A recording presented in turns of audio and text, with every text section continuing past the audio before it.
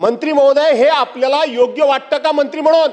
गोरगरिबाच्या कामाचे पैसे, गोरगरिबाच्या हातावर पोट चालणाऱ्या सर्वसामान्य माणसाचे पैसे तुम्ही सरकार म्हणून ठेवता आणि वरती फुशारक्या मारता मोठमोठ्या की आम्ही असं गरीबाचं पोट भरतो, आम्ही अशी गरीबाला मदत करतो, आम्ही तशी गरीबाला मदत करतो। आणि मनरेगा सारखी योजना की जिचं आता जी रामजी तुम्ही करून टाकलत, म्हणजे मला वाटतं जी रामजी म्हणजे जयराम श्रीरामच बहुतेक लोकांचं करायचं तुम्ही ठरवलेलं दिसतंय।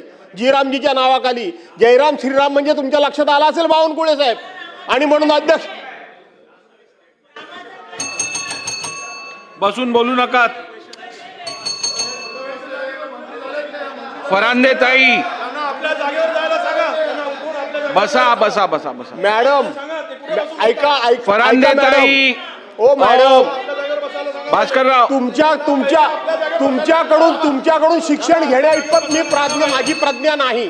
आपलं एवढी बुद्धिमत्ता आहे, आपली एवढी विद्वत्ता आहे, तर आपण दिलेलं शिक्षण मला परवडणार नाही। पहिल्या रांगेत बसलो म्हणजे पहिल्या रांगेचे अधिकार आले असं नव्हे। विद्वत्ता खूप तुम्ही मोठी जागेवर जाऊन बसा, याची मला पूर्ण जाणीव आहे।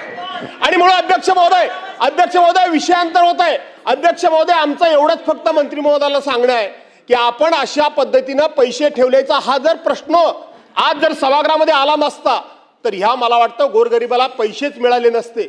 आणि म्हणून तुमचे अधिकारी करतात काय? तुमचे अधिकारी तुमच्या ही गोष्ट लक्षात आणून देत नाही कसे? ईद का त्योहार बनाइए और भी खास रोस्ता के साथ।